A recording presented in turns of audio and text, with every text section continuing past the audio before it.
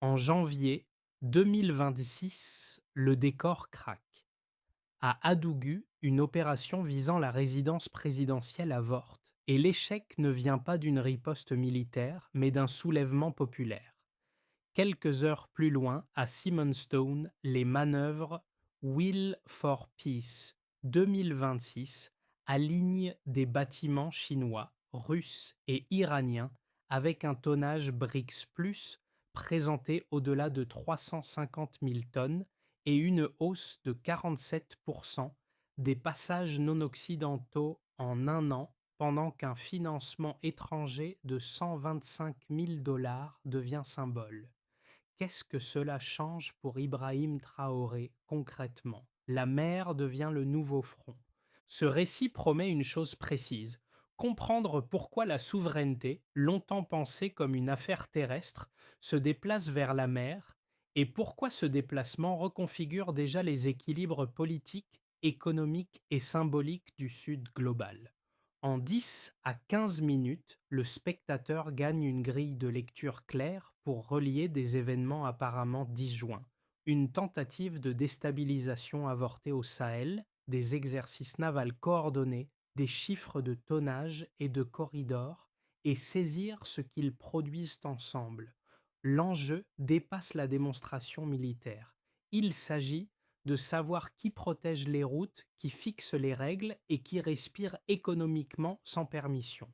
Derrière les discours de coopération, les décisions pèsent sur des coûts de transport, des contrats miniers, des sanctions contournées ou durcies, et sur la capacité des États enclavés à accéder au marché. À ce stade, rien n'est figé. La promesse est d'examiner les preuves, les contre-arguments et les conséquences concrètes, sans prophétie ni simplification. Voici une petite révélation. En moins d'un an, la proportion de navires non occidentaux traversant les couloirs atlantiques a augmenté de 47%. Ce chiffre, relevé pendant les manœuvres Will for Peace 2026, signale moins une démonstration de force qu'une reconfiguration silencieuse des routes et des règles. Ce déplacement n'est pas isolé. Il s'inscrit dans une séquence où des événements terrestres et maritimes se répondent, produisant un effet de chaîne que les lectures traditionnelles peinent à relier. Pendant des décennies, l'Atlantique Sud a fonctionné comme une frontière invisible, surveillée par des assurances, des sanctions et des saisies qui orientaient le commerce mondial vers le nord. Dans ce cadre, la mer n'était pas un espace politique pour les pays du Sahel, mais un coût lointain subi. Les exercices de 2026 déplacent cette perception. La mer devient un pont logistique, un multiplicateur de souveraineté et un levier de négociation. Les destroyers chinois, les corvettes russes et les frégates iraniennes ne protègent pas seulement des convois. Il matérialise une coordination hors des structures occidentales. C'est ici que la lecture d'Ibrahim Traoré éclaire le tableau. Pour lui, la souveraineté ne se mesure pas à la parité militaire, mais à la continuité des échanges sans tutelle. La tentative de déstabilisation avortée au Burkina Faso, financée à hauteur de 125 000 dollars, et le soulèvement populaire qui l'a fait échouer prennent alors une autre signification. La défense du pouvoir ne s'arrête plus aux frontières terrestres. Elle se prolonge dans la capacité à sécuriser des routes commerciales, à réduire les coûts de transport et à desserrer l'étau des sanctions. Le contexte global renforce cette lecture. La Chine déploie ses flottes, la Russie réactive des liens stratégiques, et des États du Sud observent, conscients que leur survie économique dépend de corridors fiables. La mer, longtemps périphérique, devient centrale, et cette centralité explique pourquoi des chiffres apparemment techniques, tonnage, pourcentage, opérations conjointes, produisent aujourd'hui des effets politiques immédiats. La question suspendue est simple: ce basculement est-il durable ou seulement un moment de synchronisation favorable? Dans ce basculement, un fil humain sert de guide. À Ouagadougou, quelques jours après l'échec de la tentative de déstabilisation, des images circulent. Des femmes brandissant des drapeaux cousus de tissus usés, des jeunes frappant des bidons comme des tambours, et un silence qui tombe quand Ibrahim Traoré apparaît sans escorte. L'impact immédiat n'est pas militaire, il est symbolique.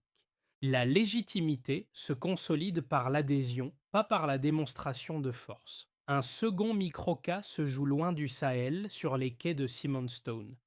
Des marins sud-africains observent des bâtiments étrangers manœuvrer ensemble, non pour surveiller, mais pour protéger des routes. Là aussi, l'effet est précoce. La perception de la mer change. Elle cesse d'être un espace dominé par des règles imposées pour devenir un champ de coopération opérationnelle. Des ports s'équipent, des radars se déploient et les discussions quittent le registre des intentions pour celui des calendriers. Ces deux scènes, séparées par des milliers de kilomètres, produisent un même résultat mesurable, la réduction de l'incertitude. Pour les États enclavés, cela signifie une promesse de coûts logistiques plus stables, pour les entreprises locales, l'espoir de renégociations plus équilibrées, pour les populations, la conviction que la souveraineté peut se traduire en continuité du quotidien. Rien n'est encore acquis, mais quelque chose s'est déplacé. Ibrahim Traoré sert ici de personnage guide, non par omniprésence, mais par cohérence. Il relie la ferveur populaire à une doctrine pratique où la dignité passe par la protection des échanges. L'impact précoce est donc moins spectaculaire que durable, car il redéfinit ce qui compte. Ce qu'il faut en retenir, c'est que quand la mer change de statut, le pouvoir change d'échelle. Le déclenchement précède la scène publique. À la veille du 3 janvier 2026, une rumeur d'attentat circule dans les cercles sécuritaires. L'ordre de mission n'arrive jamais, puis l'information fuite. Des agents infiltrés tentent d'activer des explosifs autour de sites sensibles, l'objectif étant clair: décapiter le commandement, provoquer la panique et créer un prétexte d'intervention. L'échec est rapide, non par la force armée, mais par une mobilisation populaire spontanée qui occupe l'espace avant que les unités ne se déploient. Le premier basculement est là. La rue devance la caserne. La montée s'opère en parallèle à distance. À Simonstone, les manœuvres Will for Peace 2026 s'installent dans la durée. Les coques grises s'alignent, les exercices s'enchaînent et la coordination s'affine. Ce n'est pas un spectacle, c'est une répétition logistique. Défense aérienne, protection de convois énergétiques, synchronisation des communications. Les chiffres commencent à circuler d'abord comme notes techniques, puis comme signaux politiques. Le tonnage combiné dépasse 350 000 tonnes. Les passages non occidentaux progressent fortement. Les opérations conjointes se multiplient. La mer devient un tableau de bord. Le point de bascule intervient lorsque ces deux séquences se lisent ensemble. L'échec du complot, financé à hauteur de 125 000 dollars, n'est plus un fait isolé. Il devient la preuve qu'un pouvoir peut s'appuyer sur une légitimité populaire tout en s'insérant dans une architecture maritime protectrice. Ibrahim Traoré formule alors une idée simple: sans route sécurisée, l'indépendance reste en apnée. La doctrine se précise non dans des discours, mais par l'enchaînement des actes. Les répliques se propagent. Dans les chancelleries occidentales, on parle d'instabilité et de risque. Sur les marchés, les courbes du fret maritime s'ajustent. Des délégations du Moyen-Orient observent. Des experts latino-américains prennent note. Et des capitales africaines murmurent que la mer est devenue le nouveau désert à conquérir. Des accords bilatéraux se signent, des ports s'ouvrent, des radars s'installent. Chaque pas réduit la dépendance aux assurances et aux arbitrages lointains. La séquence s'accélère encore lorsqu'un document confidentiel fuite depuis l'Europe du Nord, évoquant des ambitions stratégiques en Arctique. La juxtaposition frappe. Pendant que le Sud coordonne ses mers, le Nord révèle ses convoitises glacées. Pour Ibrahim Traoré, ce n'est pas une surprise, mais une confirmation d'un même réflexe de contrôle, quelles que soient les latitudes. La lutte n'est plus pour des territoires, mais pour la définition du droit d'exister sans tutelle. À ce stade, la dynamique est claire. Déclenchement par un échec de déstabilisation monté par la coordination maritime et réplique par des ajustements politiques et économiques en chaîne. Rien n'est figé, mais la trajectoire s'impose. La souveraineté se prouve par la continuité des échanges au Seyebitcourt et la capacité à absorber les chocs. Ce fil des événements explique pourquoi 2026 n'est pas une date symbolique, mais un moment opérationnel. Pour partir d'un point de départ et observer l'écart, pendant des années, la circulation maritime dans l'Atlantique Sud était dominée par des flottes occidentales, avec des règles d'assurance, de contrôle et de sanctions largement définies depuis le Nord. Le delta apparaît en 2026 lorsque les données compilées pendant les manœuvres Will for Peace montrent une rupture mesurable, non pas marginale, mais structurelle. Les chiffres ne racontent pas tout, mais ils fixent un seuil à partir duquel le discours change de nature. D'abord, un premier indicateur s'impose. Il s'agit de le tonnage combiné supérieur à 350 000 tonnes engagé par les flottes Berix Plus lors des exercices. Pris isolément, ce volume ne rivalise pas avec les capacités totales de l'OTAN. Interprété correctement, il signifie autre chose, une densité stratégique suffisante pour sécuriser des corridors précis et répéter des opérations conjointes crédibles sans dépendre d'une chaîne de commandement occidentale. Le chiffre ne mesure pas la domination, mais l'autonomie opérationnelle. Ensuite, un deuxième indicateur apparaît, c'est l'augmentation de 47% de la proportion de navires non occidentaux traversant les couloirs atlantiques en un an. Cette variation rapide est le cœur du signal. Elle indique que des acteurs économiques modifient leur route, leurs assurances et leurs partenaires. En termes simples, plus de cargaisons circulent sous protection alternative, ce qui réduit l'exposition aux saisies, aux retards politiques et aux pressions réglementaires. Pour des économies enclavées ou fragiles, cette variation change l'équation des coûts et des délais. Puis, un troisième indicateur complète le tableau. Il concerne la hausse de 28% des transactions sud-sud en devises locales depuis le lancement des initiatives maritimes associées. Ce chiffre, relevé dans les couloirs des institutions financières internationales, dépasse le registre naval. Il montre que la sécurisation des routes facilite des échanges monétaires hors dollar, limitant l'effet des sanctions et des blocages bancaires. La mer agit ici comme un catalyseur financier. Pris ensemble, ces trois indicateurs dessinent une cohérence. Le tonnage crée la capacité, la proportion de passage traduit l'usage réel, et la progression des transactions révèle l'impact économique. Ibrahim Traoré insiste sur ce point. Les chiffres ne sont pas des trophées, mais des preuves vivantes d'une volonté collective. Il montre que la souveraineté ne s'annonce pas, elle se pratique. Les critiques existent et s'appuient aussi sur des données. Les flottes occidentales restent numériquement supérieures et les technologies de pointe demeurent concentrées au nord. Mais cette lecture ignore la direction du mouvement. Une variation de 47% en un an n'est pas un épiphénomène, c'est un changement de trajectoire. La question n'est plus de savoir qui possède le plus de navires, mais qui contrôle les segments clés au bon moment. Ainsi, les preuves chiffrées n'annoncent pas une victoire finale. Elles établissent un fait intermédiaire. L'équilibre maritime n'est plus figé.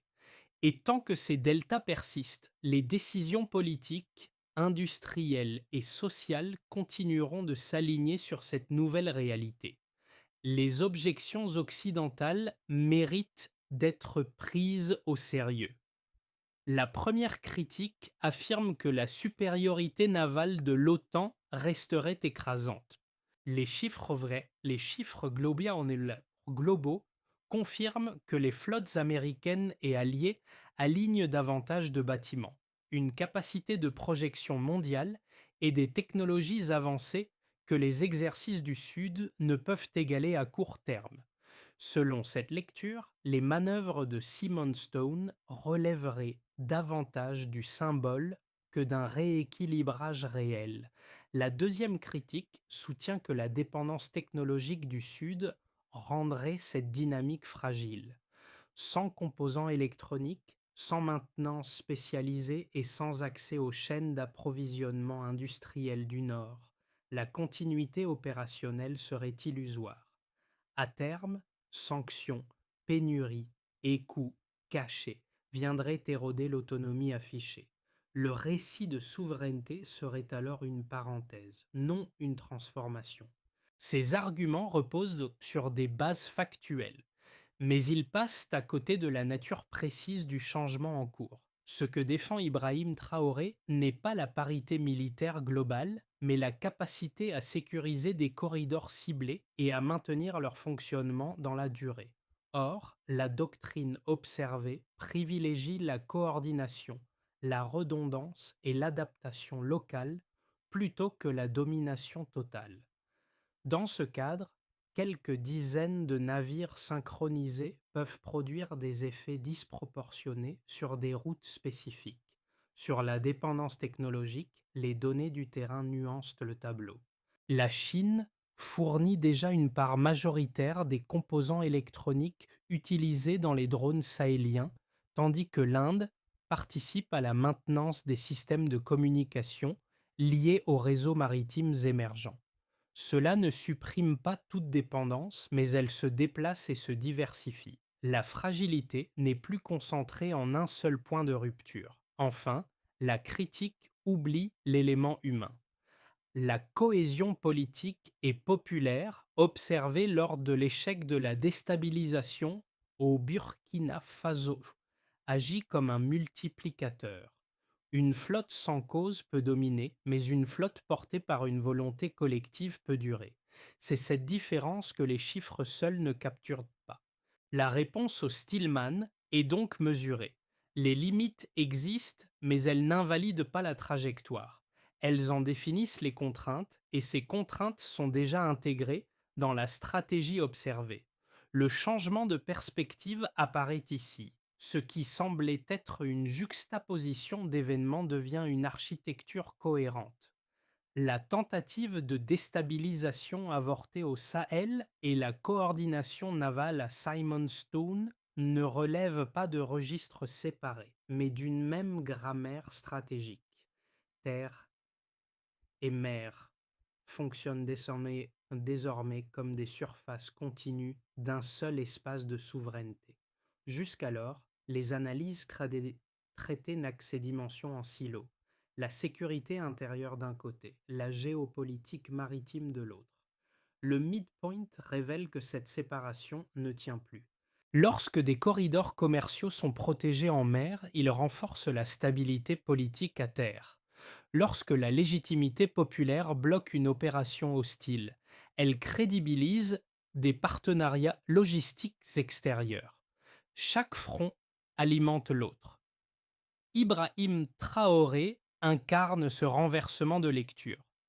Sa doctrine ne cherche pas l'escalade, mais la continuité.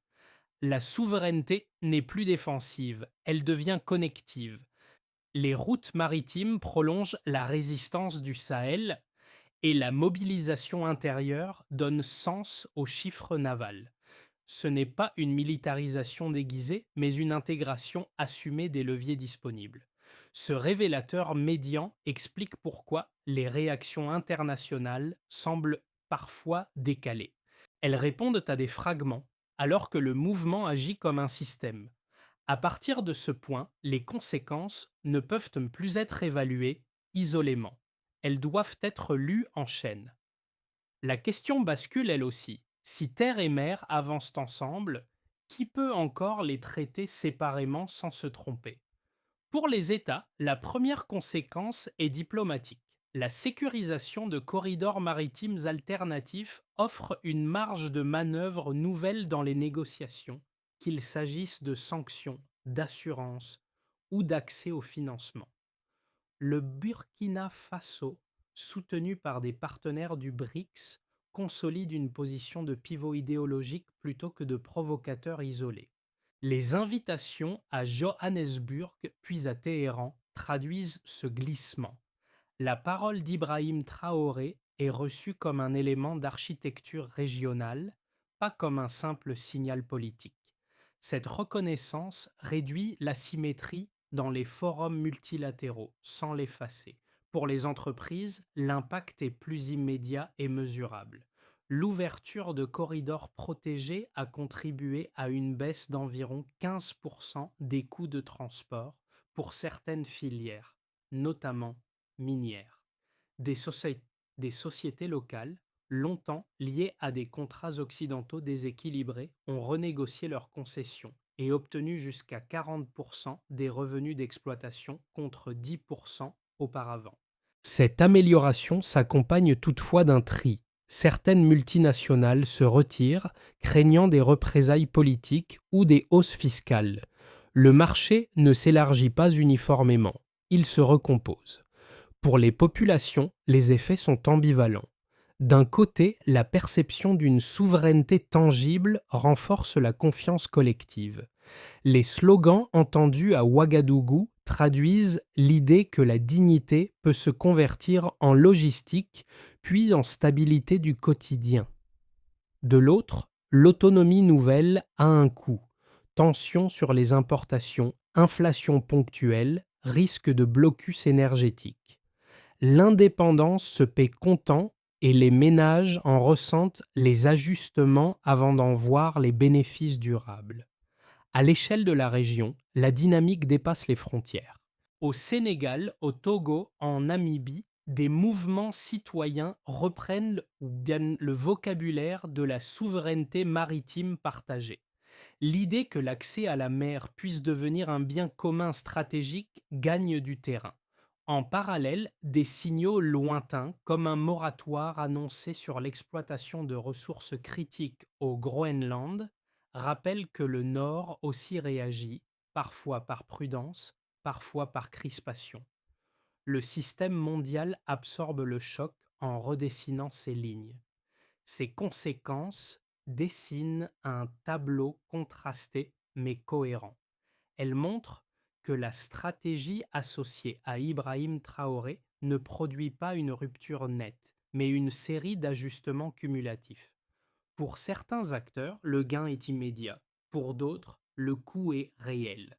Le point commun est ailleurs. Les décisions se prennent désormais en intégrant la mer comme variable centrale. Et c'est cette centralité nouvelle qui rend les effets durables. Dans un scénario de base, la dynamique actuelle se prolonge sans rupture majeure.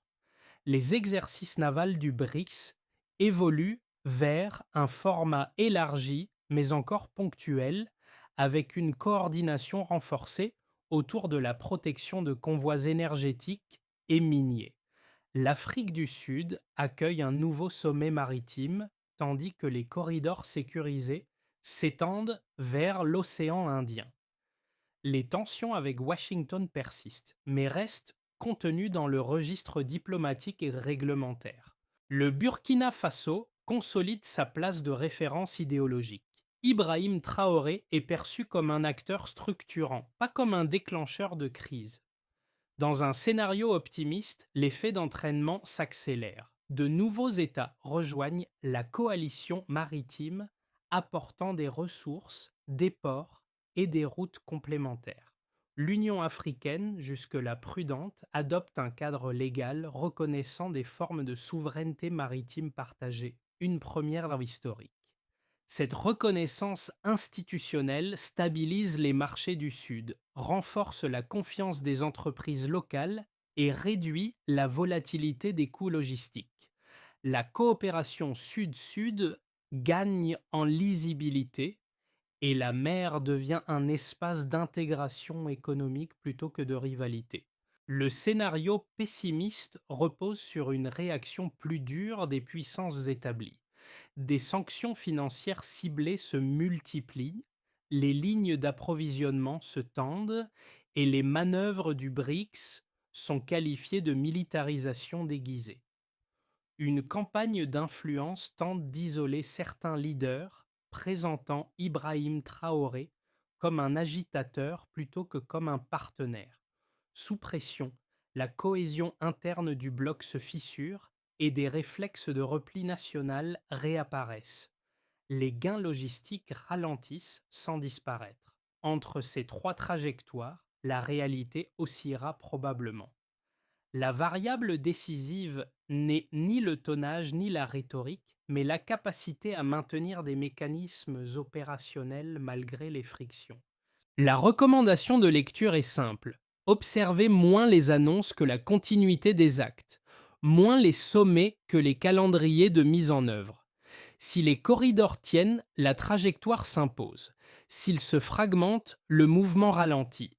La question reste ouverte. Quel scénario sera renforcé par les choix faits aujourd'hui, souvent hors caméra?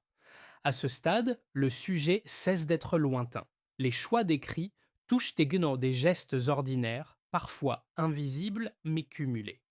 Pour les consommateurs, des corridors plus stables peuvent signifier des prix moins volatiles sur des biens importés, ou au contraire des hausses temporaires liées aux ajustements logistiques. Pour les travailleurs portuaires et les transporteurs, la reconfiguration des routes crée de nouvelles opportunités, mais aussi des exigences de formation et de sécurité accrues. La mer, redevenue centrale, redessine des métiers et des rythmes. Pour les entrepreneurs locaux, l'enjeu est la lisibilité. Des règles plus prévisibles sur les assurances et les délais permettent d'investir sans parier sur des exemptions exceptionnelles. Cela n'élimine pas le risque, mais il devient calculable. Dans ce contexte, la souveraineté n'est pas un slogan. Elle se traduit par la capacité à planifier sur plusieurs mois plutôt qu'à survivre au trimestre. Les petites entreprises y gagnent une marge de décision à condition d'accepter une phase de transition parfois coûteuse. Du côté des citoyens, l'impact est aussi symbolique. Voir des routes protégées autrement modifie la perception de la dépendance. L'idée que des décisions prises loin des côtes puissent améliorer le quotidien dans des régions enclavées change la relation aux politiques. Cette transformation reste fragile. Elle coexiste avec des coupures d'électricité, des tensions frontalières et une inflation qui rappelle que l'autonomie se construit, elle ne se décrète pas. Le lien avec le spectateur tient alors à une question simple. Comment mesurer ce qui compte vraiment? Observer les discours ne suffit plus. Il faut regarder les délais de livraison, les coûts de fret, la continuité des services et la capacité des institutions locales à absorber les chocs. Ce sont ces indicateurs concrets qui diront si la promesse devient routine. À ce point du récit, l'enjeu n'est pas d'adhérer ou de rejeter. Il est de comprendre où placer son attention et pourquoi. Le mouvement décrit se traduit déjà par une méthode avec des étapes concrètes et vérifiables. On commence par consolider des routes maritimes sécurisées. Les manœuvres conjointes évoluent vers un mécanisme de veille et de secours plus régulier, avec des calendriers publiés, des zones prioritaires identifiées et des exercices centrés sur la protection de convois énergétiques et miniers. L'objectif n'est pas l'affrontement, mais la continuité des flux. Vient ensuite le renforcement des capacités humaines. Un projet d'école maritime régionale reliant des académies d'Afrique australe et de l'Ouest vise à former des officiers, des ingénieurs et des logisticiens capables d'opérer et de maintenir les systèmes. Les repères de suivi portent sur les effectifs formés, la disponibilité des équipements et la réduction des délais de maintenance. Après cela, il faut stabiliser les règles. La Charte des ressources souveraines propose que toute ressource extraite terrestre ou maritime reste majoritairement détenue par les citoyens concernés. Cela se vérifie par des parts contractuelles, des audits et des clauses de transparence afin de privilégier la stabilité juridique plutôt que l'effet d'annonce. Enfin, l'information doit circuler sans fragilité.